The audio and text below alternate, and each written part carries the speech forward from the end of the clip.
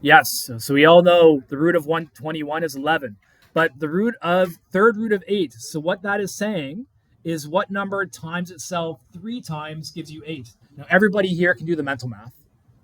What number times itself 3 times gives you 8? It's 2. But how would you get that on your calculator? Some of you have a third root button, not all of you. I'm going to help you guys evaluate these higher roots. You will need a button on your calculator that looks something like this. It'll have a little X and then a root.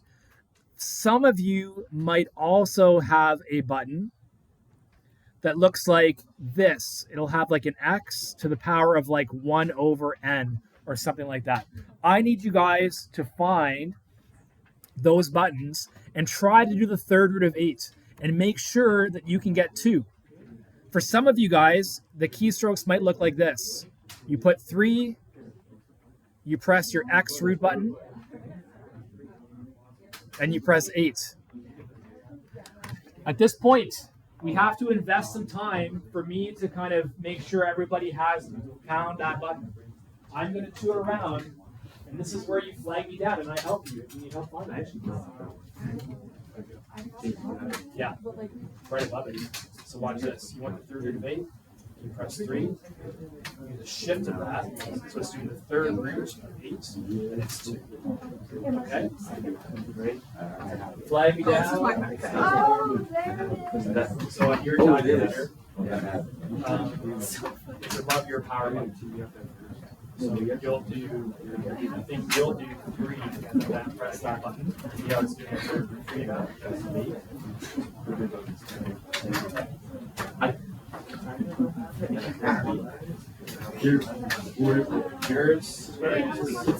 Yours is above your check button. It says X root Y. So for you, you have to do this. So you do 8, then you press second that one, and then you tell it to the third root. So like I have it right. I don't know what like numbers. And then you press second. I did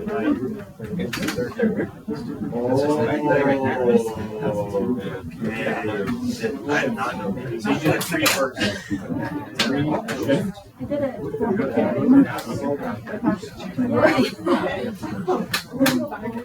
Hello, why is it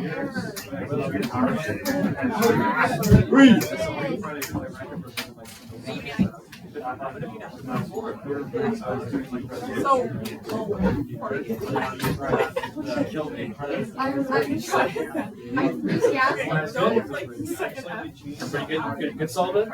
Andrew, you good? Great. Did you find it there? There, Colin? Colin. Put it away. On your calculator. Above the power button. Third. Shift. Press that button. Third root of 8. Try the next one. I know.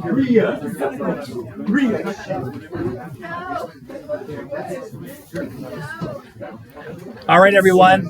All right, sorry, YouTube, for that delay there.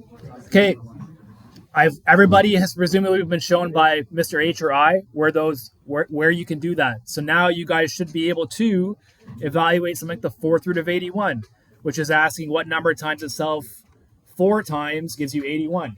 Most of you could probably figure it out with mental math eventually. However, what did your calculators give you when you guys tried that? It is 3. But yes, you don't want to have to use mental math. You'd like to be able to do that on your calculator. And the 5th root of -2, same thing. What number times itself 5 times gives you -32? It is -2.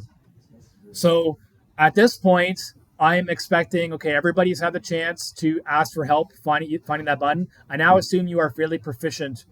You know how to use that button. You guys okay with that? Yes, sir. All right. If you haven't yet, can you try these 2 things? We saw that the 5th root of -32 is -2. Can you guys try doing the 4th root and the 6th root and think about why your calculator gives you the result it does?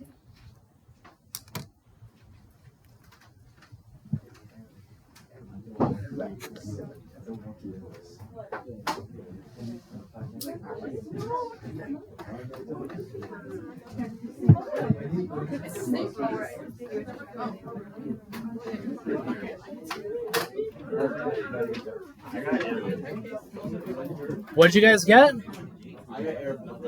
You got an error. Yeah. Error 2. Error 2 as opposed to error 1. Yeah. All right, guys. Anyone? So hopefully you saw that your calculators don't spit out anything meaningful for those. Does anyone think they have an idea why? Why might Sullivan?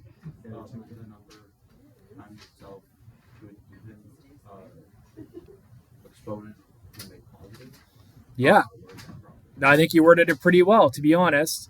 What is the fourth root of negative 32 asking us for? It's asking us for a number that when you multiply it by itself 4 times, you get negative 32. But think about this, whether it's 2 positives, which multiply to a positive, or it's 2 negatives, which multiply a positive. As Sullivan said, there's no way to have an even number of factors and get a negative, right? Because every pair, whether it's all positives or all negatives, you're going to get a positive result. The same thing with to the power of 6. So I'm just going to summarize that with a little statement here. This is true in general for you guys. I'm going to write it down this way. You can't evaluate, and I'm going to say an even root for a negative number.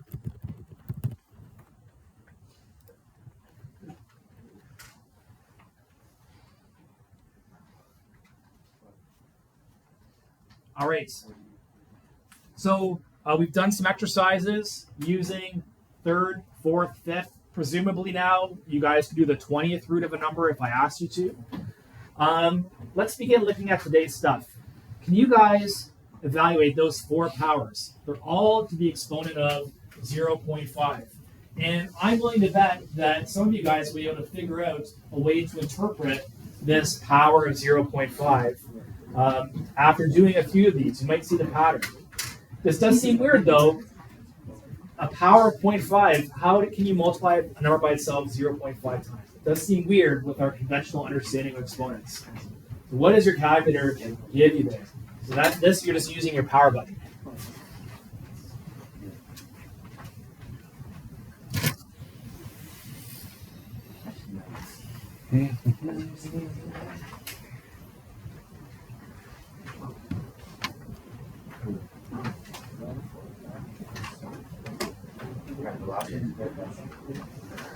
So 4 to the power of 0.5.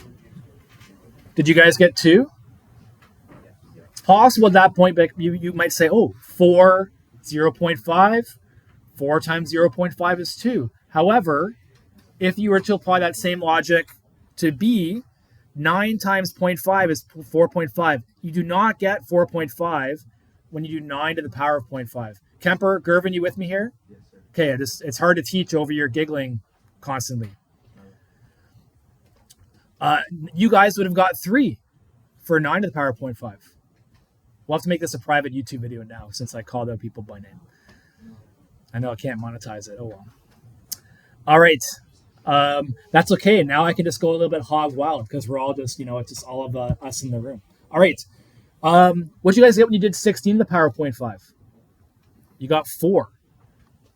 Now I know the rule, but 10 to the power of 0.5, I have to check this one on my calculator. You got some decimal number a bit bigger than 3, right? 10 to the power of 0.5. Approximately 3.1. Do you guys get about 3.16? Now, I'm willing to bet if you guys look at A, B, and C, I think most of you guys in here can figure out the rule. Does anyone here want to share what they think the rule might be? Nina?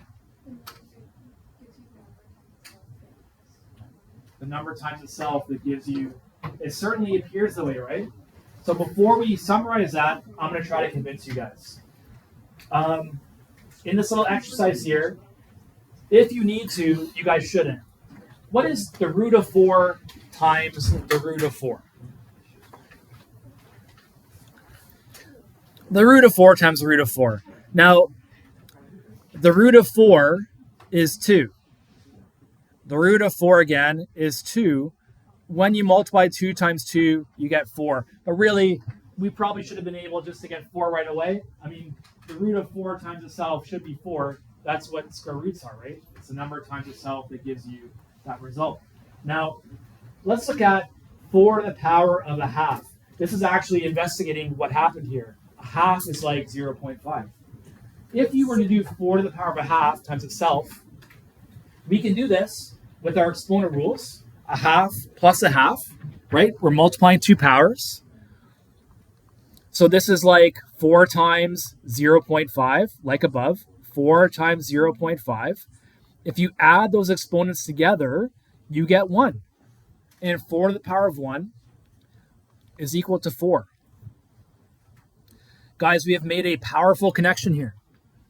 If the root of 4 times itself gives you 4, and 4 to the power of a half times itself also gives you 4, what that means is these two things are actually equal to each other, and an exponent of 1/2 just means to square root something, which is really interesting.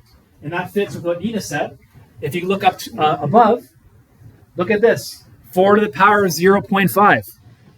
If you guys take your calculator, what is the root of 4 but 2? What is the root of 9 but 3? What is the root of 16 but 4? And if you guys use your root button on your calculators, the root of 10 does in fact equal to about 3.16. So this is our first big idea for today. You guys now know how to interpret an exponent of 1/2. I have a lot of space for this, so you guys can write this nice and big. A base to a power of 1 to an exponent of 1/2, you guys know is equal to the root of that number. Really interesting stuff. You guys convinced? Now that's just one specific decimal value or fraction. How do we interpret other ones as well? Well, I'll show you. Let's continue. Let's do a similar exercise with a third root. So I've got something to fix up in B, but let's just do A first together. The third root of 27, you guys have this, right? You guys have this on your sheets, right? Yes, okay. The third root of 27 times itself 3 times. Now again, we should be able to go right to the answer. However, we can, the way I cooked this up, we can just do the third root of 27 is in fact 3 exactly. 3 times 3 times 3 is 27. But of course it is, because that's what third root means. You take the third root of 27 times itself by itself 3 times, you get 27. For B, and I've had this mistake for years, and I probably won't fix it. Mr. H is seeing a theme here. Maybe I'll fix. Maybe you guys will be the class I fix this for, but probably not. If you evaluate 27 to the power of a third times itself 3 times, look what happens. Because 1/3 plus 1/3 plus 1/3, you don't have to be a pro with fractions to know that that is equal to 1. And 27 to the power of 1 is 27. So if the third root of 27 times itself 3 times gives you 27, and also 27 to the power of third times itself 3 times also gives you 27, we have just shown another thing. We have just shown these two are equal to each other, and an exponent of 1/3 actually means to third root the base. So very cool. Now, we don't need to do this again for 1/4, 1/5. I think that we can generalize this rule right now. And the rule is this. If you have an exponent that's rational, so you guys can think of that word just means a fraction. So let's say you have a fraction exponent like this. A to the power of 1/n, some integer n, some whole number n. This is equal to the nth root of A. You guys can jot this down. I'm going to add a couple things in this big box here. This n is tucked into the root. This is not n times the square root of a. It's part. The n is part of the symbol, the nth root. So I'm going to add a little note here, just because this is a misconception I see from time to time. This is not multiplication. We're not multiplying by n. It's the nth root, not multiplication. Also, one more thing as well. This isn't a different rule than the rule for 1 over 2.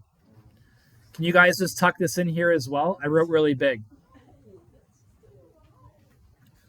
So this is important. Sam, you with me here? You're just tilted basically the opposite of which way like I'm talking here. A to the power of a half. You can use the same rule. It's the second root of a. But you guys in your math careers up to this point have just been using root a. When we're doing a square root, we don't write the 2. When it's a square root, we just write root a. The 2 is kind of assumed to be there. There is nothing wrong with writing the 2 in. You can do that if you'd like. There's nothing wrong with it. But just when it's just root, we assume this 2. If it's third root, you'll see a 3. Fourth root, you'll see a 4, etc. So let's use our new knowledge. And can you guys evaluate some of these powers with a fraction or a decimal exponent? Now, I should be clear here. When I'm eventually evaluating your work, your calculator can do this. Your calculator can put in have an exponent that's a fraction. I want to see you guys apply the rule and rewrite this as a root. So I'll do A with you and then let you do B, C, D. You guys now know what an exponent of 4 means. 16 to the power of 1 over 4 just means do the 4th root of 16. And I showed you guys how to do that earlier. We now know how to use that button on our calculator. Most of you guys can do that with mental math anyway, but check on your calculator. It's 2, right? You guys get 2?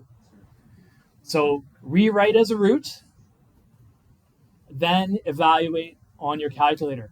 But B doesn't look like any of the things we've done. It's not a decimal, or it's not a fraction, it's a decimal. Anybody have any big ideas here? Sullivan, what do you think? Change it to a fraction. This is like 1024 to the power of 1 over 10, and you guys know how to handle that now. That is the 10th root of 1024. That 10 is not multiplied. It's tucked in to my root.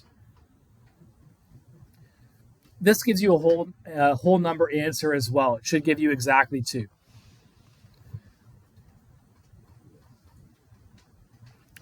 Of course, an exponent of 1/2, you guys now know it's just the root of 625. But I'm just going to show you guys, because it doesn't matter. It's not bad notation or anything. If it makes you feel good to write the 2 there, then write the 2 there. If you don't need to, then don't. Not your dad, do what you want. Now that's 25, right? I think it's 25. It's 25. You guys do the last one, and then we'll ramp things up.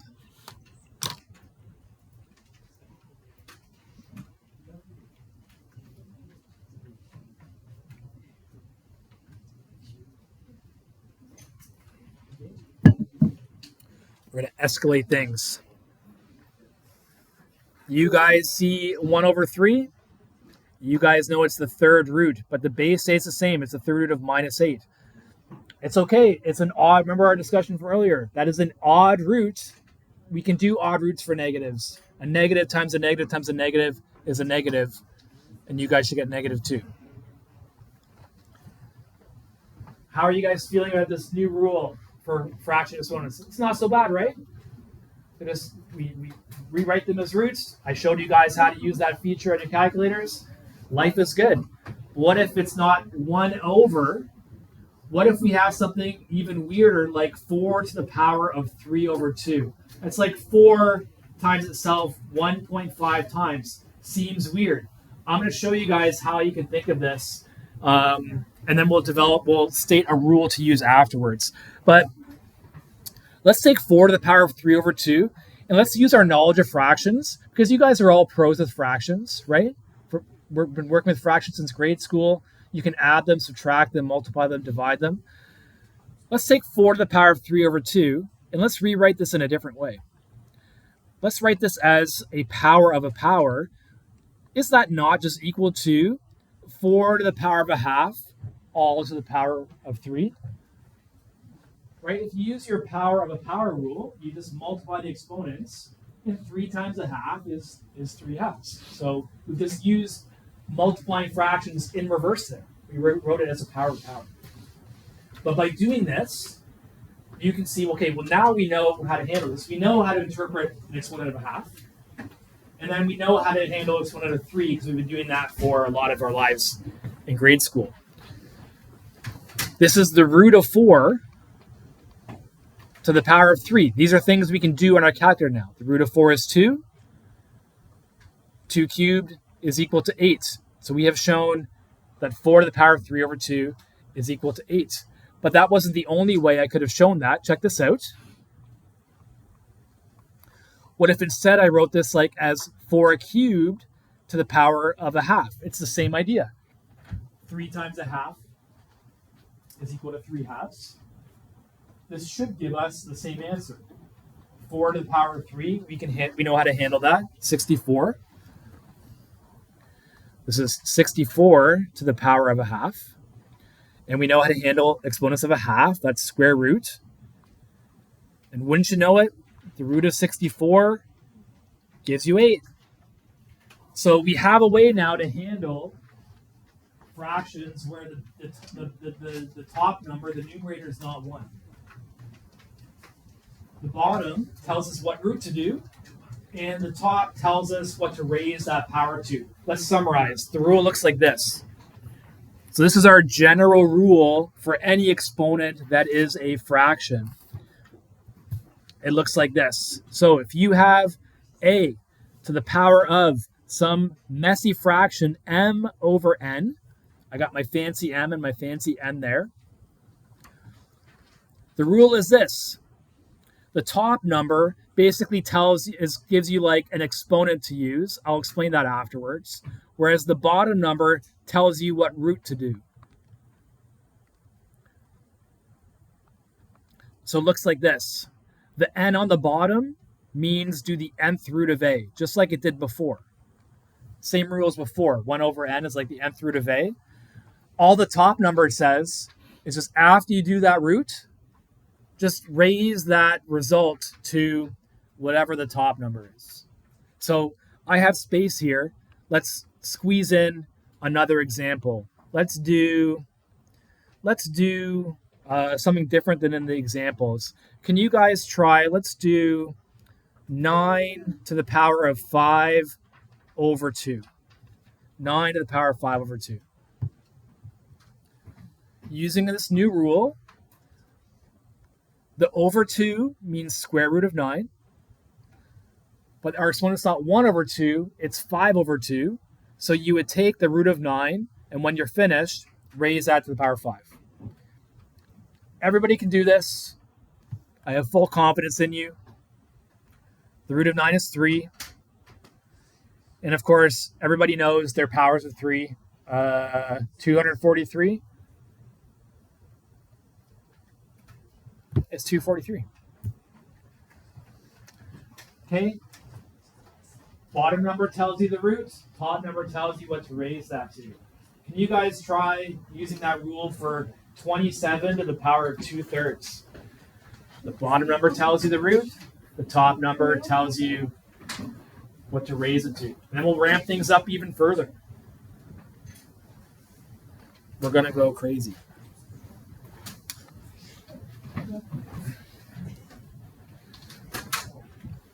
I'll wait 15 more seconds.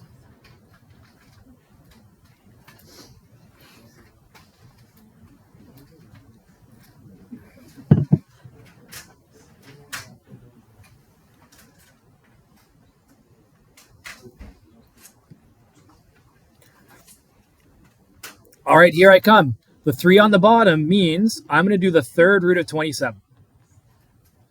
The 2 on the top means when I'm done, I'm going to square it. That's it. And now it's just calculator work. The third root of 27 is 3. And 3 squared is equal to 9.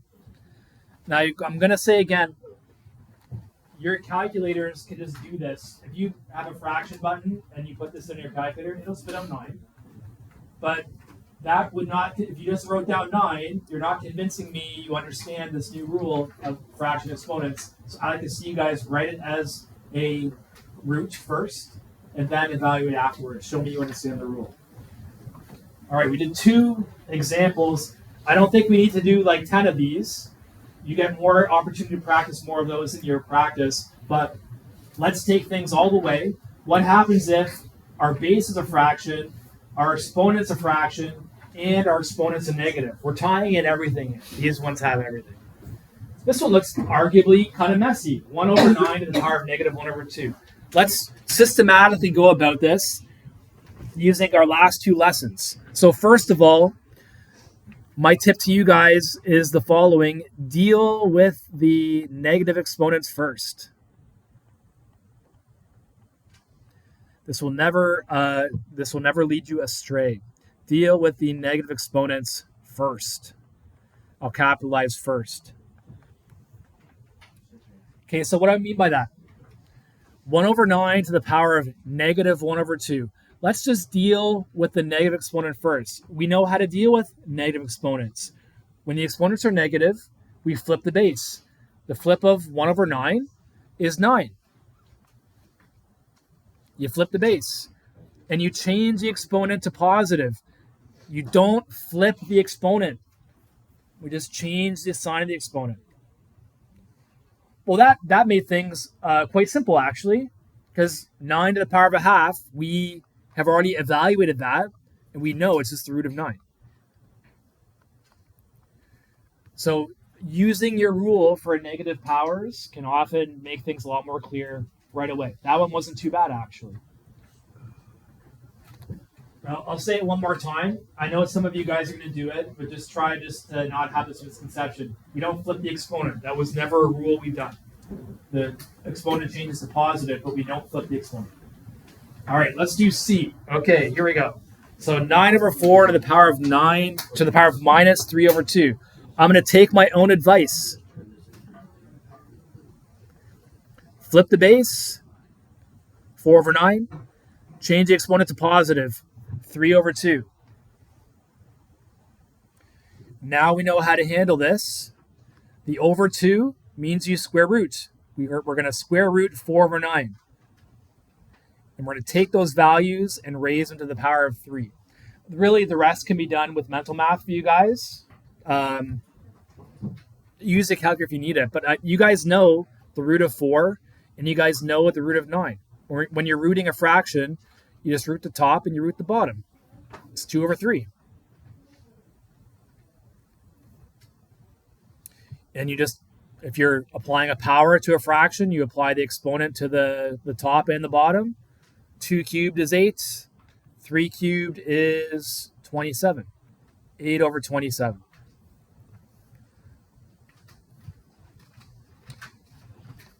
So you guys, I've now shown you guys all I know about exponents. 0, negative, and fractions. We can handle them all. So now everybody's kind of on the same page. What we're going to do in this next example and tomorrow is just look at some examples from out in the wild. There are many, many, many examples in biology and physics. Biology, I'm not such an expert on, but I know a couple enough to talk about. In physics, there are a ton of examples that require these rational exponents. There might be some chemistry ones too, although I won't talk about chemistry because I literally failed chemistry in grade 11 and stopped taking chemistry. So you guys probably know more about chemistry than I do. Yes, I have several degrees in math, but I don't know anything about chemistry, so don't ask. But you know everything about physics. My degrees are in applied mathematics, so Yeah, but like, how do you know everything about physics but not chemistry? I know, right? Yeah. Okay, I'm exaggerating a bit. I know that OH is like hydroxide, right? Yeah, that's right. Okay, I digress. Let's talk about this. You guys probably know just from like watching the David Attenborough like nature specials, or maybe you have a pet. But smaller animals kind of have to eat a lot more. they burn through their energy a lot quicker. This can be shown as an equation using rational exponents. So this guy evidently was a biologist. You can ask Mr. LeBlanc about him. But the metabolic rates, essentially how fast animals burn calories between two animals, can be expressed by this ratio. So the metabolic rate of these two animals, R1 divided by R2, is given by, it's not like a direct relationship. It's not equal to like M1 divided by M2. It's actually the flip. It's like the bigger the animal is, like the smaller the metabolic rate's going to be, or vice versa. You want to think of this as the smaller the animal, the higher its metabolic rate is going to be. We're going to actually use some numbers here, so I can put to kind of numbers what I'm saying in words here. Let's take a dog, 50 kilograms, and a man, 70 kilograms, and let's see what this equation tells us. So this is saying, I'm going to let one be the dog. So we're going to say the metabolic rate of the dog divided by the metabolic rate of the man is equal to this ratio, but it's the mass of the man divided by the mass of the dog, but to this exponent, this fraction exponent, 3 over 4. And we have the masses. We're going to plug them in. So 70 over 15 to the power of 3 over 4. And now let's evaluate this, okay? Now, this is our first example where the numbers don't give you nice numbers. Like 70 divided by 15, let's just get that as a decimal. It's not a nice whole number. It's like 4 2/3. Yeah, it's like, so we'll just go to 2 decimal places. It's about 4.67 to the power of 3 over 4. Now, I know that you guys know 3 over 4 is like 0.75. You guys could just put this in a calculator and get an answer. But let's just one more time get some practice using our new rules. This would mean the fourth root of 4.67 raised to the power of 3. You can do that. I'm going to do that in 2 steps. Feel free to do that in 1 step if you'd like. The fourth root of 4.67 would be, I don't know. Let's find out. 6, 7. It's about 1.47. About 1.47. And 1.747 to the power of 3, I got about, we'll just call it 3.2. Do you guys get about 3.2? Showed a lot of work there. Understanding our calculators can do that right away, but we're just practicing a rule. What does this mean? Let's make a little concluding statement here.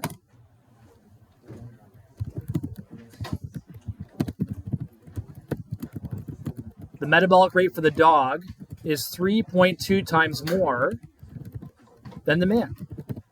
So essentially, that dog is burning through its calories 3.2 times more than the man. So like compared to its body weight, it's got to chow down more food. Little teeny tiny mammals, like I don't know what the smallest mammal you can think of. There's like some pretty small mice, I think. But those little dudes just have to be basically eating all day just to stay alive because they burn through their calories so fast. That's basically the limit of what I know about this. You can ask Mr. LeBlanc for more. I have one more example tomorrow about why little kids are like can hang or do monkey bars. Like you guys are old enough now. Have you guys ever tried using monkey bars now at your age? Can any of you actually swing across monkey bars like the whole way? I can't. As soon as I swing one, I'll dislocate my shoulder. There's a reason for that. I'll show you guys a little teaser. I'm going to end the video.